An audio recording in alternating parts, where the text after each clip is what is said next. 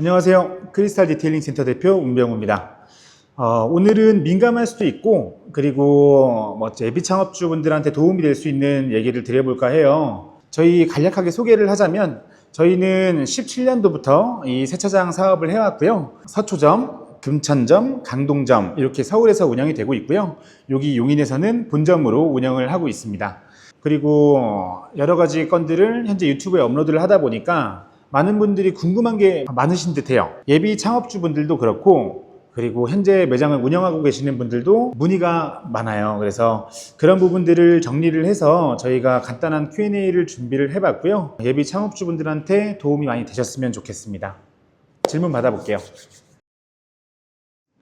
디테일링 샵 창업 비용 같은 경우에는 굉장히 어찌 보면 가장 중요하고 민감한 질문일 수 있는데 자기 형편에 맞게 하시는 게 좋아요. 예를 들면 어디서는 2억이 들었다 3억이 들었다고 해서 꼭 그 창업비가 들어갈 필요까지는 없는 거고, 그리고 누구는 1,000만 원, 2,000만 원 창업을 했다더라 한다고 해서 누구나 그 비용으로 창업할 수 있는 건 아닙니다.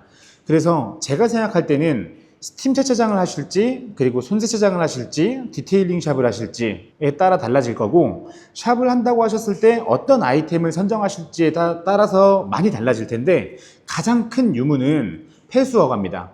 폐수허가가 되려고 하면 거기에 맞는 위치와, 그리고 샵을 하려고 하면 차가 들어가는 매장이어야 되겠죠. 그리고 허가를 내는 부분들은 내가 비용을 준다고 해서 허가를 낼 수 있는 게 아닙니다. 모든 입지 조건이나 그 건축주와의 관계나 그리고 관할청과의 어떤 그 가능한 부분들이 다 합이 맞아야지만 허가가 나는 부분이에요. 그리고 그 부분도 개인이 직접 할 수 없기 때문에 평균적으로 1,000만 원 전후에서 2,000만 원 전후의 비용이 들어갈 수가 있습니다. 허가 조건이 가장 큰 창업 비용에 착용할 것 같아요. 그리고 평균적으로 적게는 3,000만 원에서 최대는 2, 3억대까지 들어간다고 보고 있고요. 그러면 한두 배의 차이가 아니잖아요. 그래서 처음에 내 자금이 얼마인지, 그리고 나는 어떤 아이템에 샵을 하고 싶은지 이 부분을 설정을 하고, 인테리어는 대략 어느 정도를 할지, 조명은 어느 정도를 하고 바닥은 어느 정도를 하고 벽이랑 마감은 어떻게 할지, 그 부분에서 가장 큰 차이가 납니다. 그래서 창업 비용은 얼마가 들까요? 라는 질문보다는 이런 샵을 하고 싶은데 이런 샵을 하려면 얼마가 들까요? 나는 스팀 세차장을 하고 싶은데, 나는 그냥 세차만 하고 싶은데 어느 정도의 창업비가 들까요? 저도 리프팅 작업을 하고 싶은데 그럼 어느 정도 비용이 들까요? 이런 부분들을 산정해서 맞추는 게 맞는 것 같아요. 저는 평균 1억대 초반에서 중반 정도까지는 최소한 창업비가 필요하다고 보고 있습니다. 그리고 최저로는 7천에서 1억 정도 창업비는 되어야 최소한의 보증금 2, 3천만 원에 최소한의 장비와 케미컬 구비할 수 있을 거라고 봅니다. 다음 질문이요. 권리금이 있는 매장, 권리금이 있는 매장이라고 해서 꼭 좋다 나쁘다 정할 수 있는 부분은 아니고요. 권리금이 있는데 허가가 나 있고, 그리고 2베이 정도, 3베이 정도의 내가 원하는 정도의 평수의 매장이고, 그렇다고 하면 적당한 비용을 지불을 하는 게 내 시간을 아끼고 그리고 기존 고객들을 흡수할 수 있는 좋은 방법이 될 수는 있어요. 근데 만약에 그런 값어치가 없는 매장에 그 이상의 비용의 권리금이 지출되게 되면 그거는 아까운 지출이죠. 근데 명확한 거는 샵을 신규로 새로 만들 때 그때는 창업 비용이 생각보다 많이 들어갑니다. 그래서 창업 비용이 부족하다고 하면 권리금을 주고 기존의 샵을 인수하시는 게 가장 저렴한 방법이기는 해요. 중고장비에 대한 제 의견은 긍정적입니다. 저희도 중고장비 매입을 많이 하고요. 그리고 신품 장비도 굉장히 많이 구매를 했지만, 만약에 내가 현재 장비가 없다, 창업 비용이 조금 부족하다라고 하면 괜찮은 중고장비가 나오면 구매하는 거는 창업 비용을 줄일 수 있는 방법이죠. 괜찮은 방법 같습니다. 좋은 장비가 필요할까요? 여유가 있다고 하면 좋은 장비가 있다고 해서 실력이 좋아지는 건 아니에요. 근데 내가 스킬도 있고 그리고 금전적인 여유도 있다, 그러면 당연히 좋은 장비를 쓰는 게 좋겠죠. 근데 평균적으로 저희 그냥 많이 쓰는 광택기를 따져볼게요. 광택기가 30만 원대도 있어요. 알리에서는 10만 원대도 있어요. 그리고 저희가 쓰는 것처럼 대당 100만 원대의 폴리셔들도 있어요. 그러면 최소 3배 정도의 장비 비용 차이가 나는데 실제로 3배가 좋지는 않습니다. 근데 명확히 조금이라도 좋긴 좋죠. 안전성도 있고 밸런스도 있고 그리고 그 브랜드에 대한 그런 인지도도 있죠. 근데 이것도 내 창업 자금, 내 형편에 맞춰서 구매하시는 게 좋습니다. 저렴하다고 꼭 나쁜 건 아니에요. 비싸다고 그만큼 좋은 것도 아닙니다. 그래서 맞춰서 구매하세요. 리프트는 필수사항이 아니죠. 그렇기 때문에 전국에 있는 세차장을 보면 리프트가 있는 곳들이 거의 없습니다. 근데 저 같은 경우에는 정비사 생활을 했고 리프트가 익숙하기 때문에 내가 창업을 할 때는 꼭 리프트를 놓겠다라고 정해놓고 창업을 했기 때문에 리프트가 있는 거지 필수 장비는 아닙니다. 하지만 리프트가 있으면 일반적으로 차량을 케어할 수 있는 부분들 이외의 부분들까지 케어가 가능한 부분이 있죠. 그거는 장점이고 창업비가 더 많이 올라가고 신고에 대한 제한이 생긴다는 부분들은 단점으로 작용할 수 있어요. 놓을 수 있다? 놓는 게 좋죠. 이것도 정말 많이 제가 들었던 질문이었는데 초보 창업주분이 저는 처음에 이만큼까지는 아닐 테니까 저는 원베이면 돼요 라고 말씀하시는 분들이 많아요. 원베이라면 투베이가 원베이라고 생각하시면 됩니다. 작업을 내가 끝내놓고 그때그때 바로 출고가 이루어지지 않아요. 그러면 내가 깔끔하게 작업한 차량을 야외에다가 세워놓을 수가 없죠. 그러면 투베이를 만들어서 옆베이에다가 완성된 차를 세워놔야 됩니다. 출고될 때까지. 세차만 하더라도 그래야 되고요. 광택이나 유리막이나 실내 클리닝을 하더라도 그렇게 이루어져야 됩니다. 작업자가 한 명이 더 있더라도 투베이가 원베이가 될 확률이 높아요. 그래서 원베이를 생각하시는 분들은 최소 투베이, 투베이를 생각하시는 분들도 최소 투베이예요. 그래서 샵은 최소 투베이에서 여유가 있으시다면 3베이까지, 평수로 따지면 20평 중후반대에서 40평 정도까지가 가장 무난하고 적당한 평수라고 생각이 듭니다. 제가 서울에서 부산까지 전국적으로 사장님들을 케어를 해드리고 상담을 해드리고 대신에 이제 그분들의 매출을 제가 알고 있을 수밖에 없죠. 평균적으로 1인 샵으로 운영하시는 사업장 사장님들은 좀 적게 나오는 곳들이 3,400만 원대도 있고요. 총 매출을 말씀드리는 겁니다. 그리고 평균적으로 7,800에서 1,000만 원 초반 정도의 매출이 가장 많아요. 근데 그분들은 지출도 적어요. 월세가 100만 원대에서 200만 원 초반 정도, 그리고 직원이 없기 때문에 인건비는 따로 나가지 않죠. 그러면 월 고정비가 적게는 300만 원대에서 400만 원 정도. 그러면 총 매출이 700이다. 그러면 세금을 포함하지 않고 단순 계산만 하셨을 때는 자기 월급이 300만 원이 될 수가 있죠. 근데 1,500을 만든다. 그러면 지출이 조금 더 늘어나고 1,000만 원 초반 정도 수익으로 가져가실 수 있겠죠. 대략 그 정도고요. 개수는 상관이 없어요. 내가 한 대당 어떤 작업, 소요 시간이 얼마큼이 들어가는 어떤 작업을 해서 그 단가가 얼마인지가 중요합니다. 내가 손세차를 해서 3만 원을 받겠다라고 하면 그러면 내가 하루에 얼마를 벌어야 되는지를 계산해야 되고, 만약에 내가 하루에 50만 원을 벌어야 된다. 그러면 5만 원짜리 세차를 10대를 해야 되겠죠? 단순 계산하면. 그러면 그분들은 5만 원 단가의 10대 목표로 가셔야 될 거고, 광택이 한 대에 50만 원이면 광택 한 대를 목표로 하셔야 될 거예요. 근데 저희 이번 유튜브 올라온 영상을 예를 들어서 말씀을 드리면 하루에 2대가 입고됐다고 가정을 해요. 그게 이번에 아이오닉 6랑 그리고 K5 차량이었죠. 그럼 그 2대로 대략 1,000만 원 정도의 수익이 났죠. 그러면 하루에 한 대만 들어와도 400에서 500만 원의 매출이 날 수 있는 거예요. 그리고 광택이나 시공, 보험권, 세차에 따라 다르기 때문에 하루에 몇 대를 받는다? 이제 맞는 질문은 아닌 것 같고요. 내 단가, 그리고 어떤 작업, 내가 어떤 아이템을 가지고 있는지, 그리고 어떤 아이템을 하고 싶은지, 그랬을 때 하루 얼마를 벌어야 되는지, 월 목표 매출이 얼마인지, 그래서 내가 하루에 몇 대를 받아야 되는지를 따로 계산해 드릴 수가 있을 것 같습니다. 시공이기도 하고요. 저희가 이제 하부 작업도 하고, 그리고 실내 클리닝 작업도 하고, 광택 작업도 하죠. 그러면 실내라고 하면 거기에 연관된 작업들이 또 있고요. 광택이라고 하면 코팅이나 또 연관된 작업들이 있습니다. 근데 가장 수익이 높은 건 보험건이에요.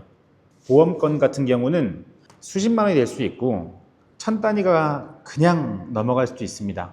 그래서 수익 자체만 놓고 봤을 때는 보험 수익이 가장 높다. 대당 단가가 가장 높은 걸로 가정했을 때는 보험 수익이 가장 높다라고 말씀드릴 수 있습니다. 세차만 해서 먹고 살 수 있죠. 실제로 세차만 해서 먹고 사는 분들, 사업주분들이 상당히 많아요. 근데 세차도 누가 하느냐에 따라 달라요. 내가 저단가로 해서 하루에 80대, 70대를 하겠다? 그렇게 하시는 분들도 있습니다.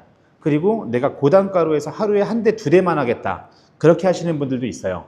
근데 세차만 해서 먹고 산다라는 부분은 먹고 사는데 수익을 내는 데는 영업력에 따라서 문제가 없을 수도 있을 수도 있는데 세차라는 아이템 자체는 날씨에 영향을 받습니다. 그래서 눈비가 올 때는 세차 매출은 줄을 수밖에 없고 그런 비수기를 대비하기 위해서 다른 추가적인 아이템이 필요한 겁니다. 첫 번째 생각이 나는 건 평균적으로 열심히 하시는 분들은 망할 일이 거의 없어요. 특히 체력적으로 문제 없으신 분들이 열심히 한다, 근데 망한다, 그럴 리보다는 제가 실제로 겪은 사례들은 잘 됩니다. 월급 받을 때보다 2배, 3배를 벌어요. 근데 이 돈이 다 내 돈인 줄 알아요. 그래서 아직은 투자금을 회수하지 못했거나 아니면 아직은 안정적이지 않은 상태에서 고가의 차량을 구매하고 또 업력이 조금 된 분들 중에는 갑자기 뭐 주식을 좀 위험하게 한다든지 아니면 부동산 매입을 한다든지 하는 과정에서 매출 하락이나 다른 외적인 요인으로 인해서 문제가 되는 경우들을 가장 많이 봐왔고요. 그리고 초기 창업주한테 문제가 되는 경우들, 예를 들면 영업이 안 된다거나 내가 사람을 대하는 게 굉장히 좀 불편하다거나 그리고 내 기술 인력이 너무 부족하다거나 사고를 친다거나 국산차만 해도 굉장히 고가의 물건이잖아요. 근데 수입차들은 더 고가의 물건이죠. 근데 그 고가의 자동차라는 물건을 고객님이 사장님이 믿고 맡겼는데 거기에 손상을 입혔을 경우는 최소 수십만 원대에서 많게는 뭐 수백만 원, 수천만 원까지도 손실이 발생할 수 있어요. 그 부분도 리스크로 작용을 하고요. 가장 큰 요인은 초기의 마케팅입니다. 영업에 대한 부분이고 그리고 업주, 사장님에 대한 부분이에요. 사장님이 어떤 사람인지, 내가 몸을 갈아 넣어서 영업을 할 준비가 되어 있는지, 노동을 하는데 문제가 없는 사람인지, 내 멘탈은 어떻게 관리가 되는 사람인지가 초기 창업주분들한테는 가장 중요합니다. 힘든 점은 세차업뿐만 아니라 자영업 자체가 그럴 것 같아요. 자영업이라는 이런 업태 자체가 굴곡이라는 게 있을 수밖에 없어요. 그럼 잘 될 때는 조금 더 준비를 잘 해놔야 될 거고 안 될 때는 내 멘탈을 잡고 그리고 직원들과 으쌰으쌰 하면서 버틸 수 있는 그런 부분들이 필요한데 그런 부분들을 관리가 안 되는, 내가 이제 힘들어 그러면 나에 대한 관리가 안 되고 직원이 힘들어 그랬을 때 직원에 대한 관리가 안 되고 이런 부분들이 가장 힘든 점일 것 같고 일반적으로는 저희는 몸으로 하는 일이에요. 내가 몸을 그만큼 움직이고 그리고 내가 그만큼 신경을 쓰고 고객 관리를 해야지만 더 서비스 질을 올릴 수가 있는 업종입니다. 그래서 그 부분들은 물리적으로 힘든 부분이고요. 일이 많을수록 몸은 고되죠. 세차만 하신다고 하면 장마철이랑 질퍽질퍽하게 눈이 오고 하는 시기에는 세차가 있을 수가 없습니다. 반대로 생각해봐도 저 같아도 세차 안 하죠. 근데 그때 실내 작업만 아니면 다른 특수 작업만 이렇게 되면 얘기가 달라집니다. 그래서 여름철이랑 겨울철은 샵을 내가 어떻게 만들어 놨고 어떻게 준비를 해놨냐에 성패가 갈려요. 창업 초기에는 하는 모든 행동이 실수입니다. 직원 생활을 오래 하신 분들은 창업할 때 도움이 많이 된다고 생각을 하시는데 실제로 그렇진 않아요. 직원 생활을 너무 오래 하면 거기에 굳혀진 부분이 있어서 창업할 때 준비가 더 안 되는 부분들도 있어요. 그래서 창업 초기에는 내가 이 업을 겪었던 안 겪었던 돈 관리하는 거, 이 수입에 대한 관리나 세무, 그리고 노무, 그리고 당장에 우리가 해야 되는 일에 대한 퀄리티 컨트롤부터 고객 응대, 관리, 마케팅, 그리고 청소 상태까지 모든 게 쉽지 않은 부분이에요. 그래서 창업 초기에는 우선은 실수를 좀 빨리 많이 해보셔야 돼요. 실수를 안 한다는 건 말이 안 돼요. 모든 부분에서 자잘한 실수부터 일어나면 안 되는 큰 실수까지도 나올 수가 있어요. 그 실수를 사업 초기에 최대한 많이 빨리 겪어보고 겪는 즉시 수정을 빨리빨리 하셔야 돼요. 근데 혼자서 판단을 하실 때는 잘못된 판단으로 수정이 되는 경우들이 있어요. 그러면 시행착오를 겪겠죠. 그래서 시행착오를 좀 줄이려고 하시면 이 업을 좀 오래 하시고, 그리고 여러 번 창업과 폐업을 해보신 분이 어찌 보면 업력이 데이터가 더 있을 수 있으니까 좀 선배분들이나 여러 가지 샵들을 찾아보시고 조언을 얻어보시는 게 좋은 대안이 될 수도 있어요. 근데 실사례들 중에는 그렇게 알아보시다가 또 코 깨인다 그러죠. 또 이상하게 흐르는 경우들도 있고, 그래서 뭐가 좋다라고 딱 말씀드릴 수는 없지만 혼자서 방법을 찾는 건 시행착오를 무조건 겪습니다. 이런 광택이나 기술들은 내가 손재주가 있냐 없냐, 내가 일 센스가 있냐 없냐에 크게 갈리기는 해요. 하지만 손기술이 있는 분들은 하루만 해도 어느 정도 작업을 하실 수는 있어요. 근데 그걸로 프로가 될 수는 없죠. 다시 말하면 한 달도 1년도 부족할 수 있어요. 저희 사장님들을 보거나 제가 교육해드렸던 분들을 보면 교육을 1년, 2년 전에 받았더라도 지금도 질문이 나오고 지금도 자기 개발을 하고 계십니다. 우선 내가 시간을 좀 더 들였을 때 이 차를 깔끔하게 만들 수 있다라고 하면 수익을 낼 수 있겠죠. 근데 시간이 지나면서 더 완벽해지고 그 시간이 조금 더 짧아질 수 있다고 생각을 해요. 사장님들 중에는 다 요 정도 안에 들어와 있거든요. 누구는 조금 더 빠르고 누구는 조금 더 오래 걸리고 누구는 이틀 정도 작업을 해야 광택을 내실 수 있는 분들이 있을 수 있고, 어떤 분들은 6시간 정도만 해도 어느 정도 퀄리티를 낼 수 있는 분들이 있고 하니까 광택은 기간이 얼마나 걸립니다 라고 말할 수 없어요. 하지만 최소한 한두 달이든 어느 기간 정도는 광택으로 연습을 좀 많이 해보시고 겪어보시는 게 꼭 필요할 거고요. 그때부터는 스스로 독학을 할 수 있는 정도까지는 될 거예요. 그럼 그때부터 계속 기회를 만드셔서 독학을 해보셔야 돼요.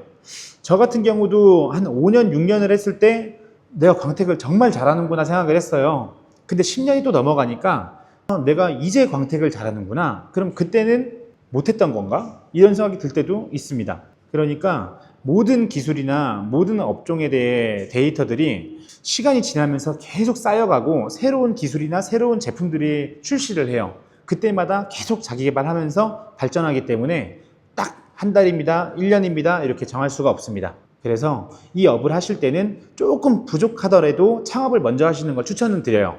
마스터라는 건 없기 때문에. 그러니까 일정 부분 준비하시고 창업을 하시고 창업한 다음에 내 차로 연습도 하시고 그리고 나서 수입을 내면서 발전을 계속 하셔야 돼요. 그게 예비 창업주분들한테 드릴 수 있는 조언입니다. 실내 클리닝을 더 쉽게 느끼시는 분들이 있어요. 반면에 실내 클리닝을 더 어렵게 느끼시는 분들도 있어요.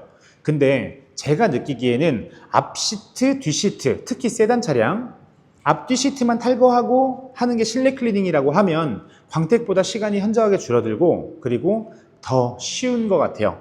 근데 대시보드나 스티어링이나 루프 그리고 플로어 매트라고 하죠. 바닥 카페트까지 전부 다 드러내는 작업, 그리고 실내를 완전히 분해하는 작업이 실내 클리닝이라고 한다면 광택보다는 더 어렵게 느껴집니다. 진단기도 다뤄야 할 거고요.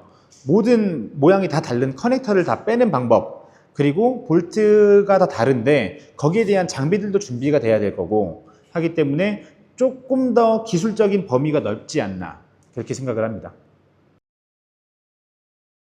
디테일링 케미컬이랑 코팅제는 딱 정해진 거 없어요. 이것도 원 브랜드로 디테일링을 진행하겠다라고 하면 아무래도 브랜딩이 되어 있는 케미컬이겠죠.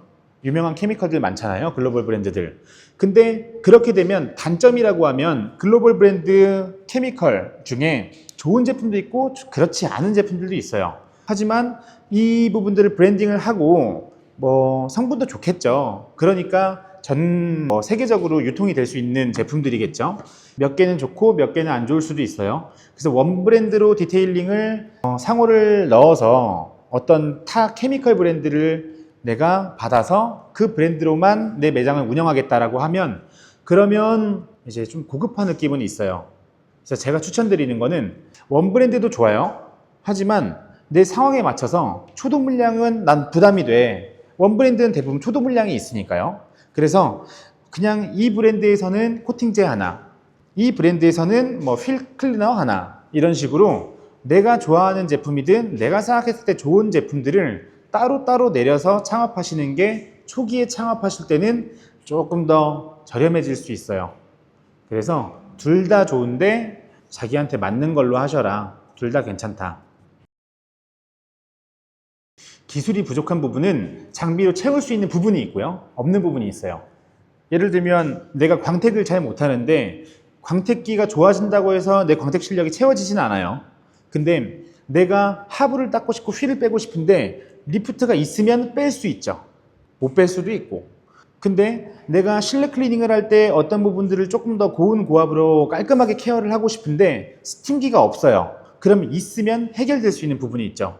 그래서 최소한의 갖춰야 되는 장비가 있고요. 내 능력에 따라서 안 갖춰도 되고 있으면 좋고 한 장비도 있습니다. 그래서 이것도 반은 맞고 반은 틀리고 그렇습니다. 마케팅에 대한 부분은 정말 현재 하고 있는 얘기들을 다 합쳐도 부족하지 않을 만큼 굉장히 큰 그런 카테고리라고 생각을 해요. 그리고 상당히 중요한 부분이라고 생각을 하고요. 그래서 마케팅은 모든 초기 창업주 분들 뿐만 아니라 영업을 몇 년을 하신 분들이든 기업이든 마케팅은 상당히 중요한 부분이라고 생각을 합니다. 그래서 블로그도 중요하고 뭐 플레이스나 뭐 할 얘기가 너무 많기 때문에 요거는 다음에 좀 더 중요하게 다뤄보도록 하고요. 그냥 마지막으로 마케팅에 대해서 한마디만 말씀을 드리면 가장 중요합니다. 혼자 운영을 하는 것에 대한 차이는 극단적으로 있어요. 세차장을 운영하려고 하실 때 어떤 사업을 하려고 하시는 것보다는 세차를 배우고 그리고 단가가 얼마고 광택을 내고 그리고 뭐 보험권을 받고 실내를 탈거해서 실내 클리닝을 하고라고 생각을 하고 세차장을 창업하신단 말이에요. 근데 직원을 한 명 채용하는 순간부터 그 사업이 아닙니다. 직원 관리가 돼야 되는 사업으로 바뀌어요. 그러면 노무 부분도 바뀌어야 될 거고요. 내가 속 편하게 일할 수 있는 그 부분이랑은 많이 달라진다고 보시면 돼요. 그래서 직원을 채용하는 거에 대한 장점이라고 하면 내가 일을 하지 않고 있을 때 내가 어떤 응대를 하고 있을 때 세차라고 하면 어떤 조금 더 클리닝이 진행되고 있다는 장점이 있을 수 있고 동시에 두 대를 할 수 있다는 장점도 있을 수 있지만 그만큼 인건비나 식대나 세금에 대한 문제가 생길 수 있죠. 그래서 초반에는 혼자 하시는 걸 추천드려요. 내가 몇 개월 정도 했다가 나 혼자서 도저히 할 수 없는 일량이다. 혹은 아직은 나 혼자 할 수 있는 일량이지만 내 시간을 조금 더 확보함으로써 매장 매출을 조금 더 올려보겠다고 하시면 직원 한 명을 채용하는 것을 추천을 드립니다. 그래서 처음부터 직원을 뽑고 시작하는 건 추천드리지 않아요. 내가 초보 창업주라고 하면 우선 나부터 정확히 겪어보고 내가 이 업을 발전을 시켜보고 내 매장의 성장을 시켜보고 그 다음에 직원을 한 명씩 채용하는 걸 추천드려요. 아까랑 질문이 비슷한데 예약은 샵 규모마다 다를 것 같아요. 내가 주차할 수 있는 공간이 몇 대가 있냐, 내가 샵 내에서 수용할 수 있는 차량 대수가 몇 대냐, 이거에 따라서 예약률이나 이런 부분들이 다를 거라고 생각을 해요. 세차로 하시는 분들은 입고를 해서 일주일 뒤에 출고하는 게 아니잖아요. 입고해서 세차가 끝나면 그날 출고를 하게 될 거예요. 그래서 그분들은 샵 여건에 맞춰야 되겠죠. 예약 대수라는 거는 내가 오늘 세차 2대에다가 광택 1대를 낼 수 있는 사람이다. 그럼 광택 1대에 세차 2대 예약이 들어온다고 하면 3대를 받을 수 있을 거고 세차를 오늘 8대를 하겠다. 그러면 오늘 하루 8대의 차량을 예약을 받을 수 있을 겁니다. 그거는 샵마다 다를 것 같아요. 저는 초보 직원이라고 하면 말이 나올 수 있는 부분이 있는데 초보 직원은 지금 최저시급을 줘도 마이너스가 나요. 그래서 초보 직원이라고 하면 최저시급을 맞춰주는 게 맞다고 생각을 하고요. 그리고 초보 직원이 들어와서 1개월이든 2개월이든 성과를 낸다고 하면 그럼 그때부터는 월급을 250이나 이렇게 맞춰주는 게 맞다고 생각을 하고요. 그 다음에 성과도 성과지만 샵에 대한 이제 수입이 더 늘어나고 그리고 앞으로 우리의 좀 갈 길이 조금 더 정해진다고 하면 그때는 그 상황에 맞춰서 조금 더 주는 거. 그거는 이제 사장님 재량으로 알아서 하시는 거고요. 그리고 실장이다. 그러면 저는 최소 300부터 350부터 한 400만 원 정도까지가 맞다고 생각을 하고 있어요. 그리고 실력을 떠나서 실력이 최고로 좋을 때 그 정도 비용이라 생각을 하고 실력을 떠나서 그 샵의 매출이 더 높을 때 이 샵이 월에 1억도 한다. 그러면 실장의 실력은 그대로지만 거기에 인센티브로 해서 월급을 뭐 600도, 700도 가져갈 수 있다고 생각을 합니다. 가장 민감한 질문인 것 같아요. 제 입장에서는. 왜냐하면 저희한테 찾아오시는 분들 중에 이미 프랜차이즈를 겪고 오시는 분들, 그리고 출장 세차 프랜차이즈를 하신 분들, 프랜차이즈 간판을 달고 운영하시는 분들 연락이 너무 많이 와요. 지금 운영이 안 된다, 도움받을 곳이 없다, 이런 얘기를 하시는데 저한테 얘기하지 마시고 그 간판, 그 창업주 대표한테 얘기를 하셔라라고 말씀을 드려요. 근데 거기에 대한 피드백이 없다는 얘기를 너무 많이 듣게 되는데 그런 얘기를 들으면 프랜차이즈 하지 마세요 라고 말씀드리고 싶어요. 근데 또 한편으로는 지금 저희 매장들은 운영이 굉장히 잘 되고 있기는 해요. 근데 이게 우리는 잘 된다, 우리는 안 된다에 대한 이런 부분보다는 계속해서 관리를 해줄 수 있냐의 문제예요. 마케팅을 계속 지원해 줄 수 있고, 지금 저 오늘도 강동 매장 갔다 왔죠. 강동 매장에서 벌써 2년이 지났어요. 굉장히 높은 매출을 유지를 하고 있는 상황인데도 그래도 부족한 부분은 샵을 운영하면 생길 수 있거든요. 근데 그때 전화상으로 이렇게 해요, 저렇게 해요. 이게 안 돼요. 그러면 제가 직접 가가지고 그 문제를 보고 해결해 주면서 짧지만 30분, 1시간 정도의 시간이지만 다시 그 부분에 대한 재교육이 들어가야 돼요. 이게 1년 뒤에도 2년 뒤에도 샵을 운영하는 기간 동안에는 지속되어야 돼요. 그리고 한 달에 한 번이든 분기별 한 번이든 기술 교류 같은 게 우리 내에서 이루어져야 되고요. 이런 부분들이 굉장히 중요한데 이 부분만 체크를 하시면 될 것 같습니다. 이게 된다고 하면 내가 처음에 혼자 하면서 겪을 수 있는 이런 시행착오를 줄일 수 있는 기회가 될 거고, 단점이라고 하면 초기 자금이 더 들어가겠죠. 프랜차이즈를 하니까. 그러니까 이 부분은 내 상황에 맞게 조율을 해서 장단을 명확하게 파악을 하셔서 하시면 됩니다. 가장 중요한 건 그 프랜차이즈 운영하고 계시는 분들을 음료수 들고 찾아가서 만나보세요. 제가 이 브랜드 창업하고 싶은데요, 좀 솔직하게 매출을 좀 들을 수 있을까요? 제가 이거 창업하고 싶은데요, 여기서 창업해도 괜찮을까요? 현재 운영하시는 분들한테 찾아가서 물어보시는 게 가장 확실한 것 같아요. 오늘 간략하게 Q&A 식으로 저희가 많이 받았던 질문들을 다뤄봤고요. 어찌 보면 민감한 주제일 수도 있고 어떻게 보면 좋은 데이터가 될 수 있지 않을까 생각도 들어요. 저희도 현재 창업 교육을 하고 있으니까 궁금한 부분들 있으시면 전화 주시고요. 그리고 뭐 댓글 달아주셔도 괜찮습니다. 그렇게 해서 오늘 Q&A는 마무리하는 걸로 하고요. 다음번에 더 궁금한 부분들이 있으시면 제가 그 내용으로 다시 다뤄서 영상을 찍어 볼게요. 네, 마무리하겠습니다. 감사합니다.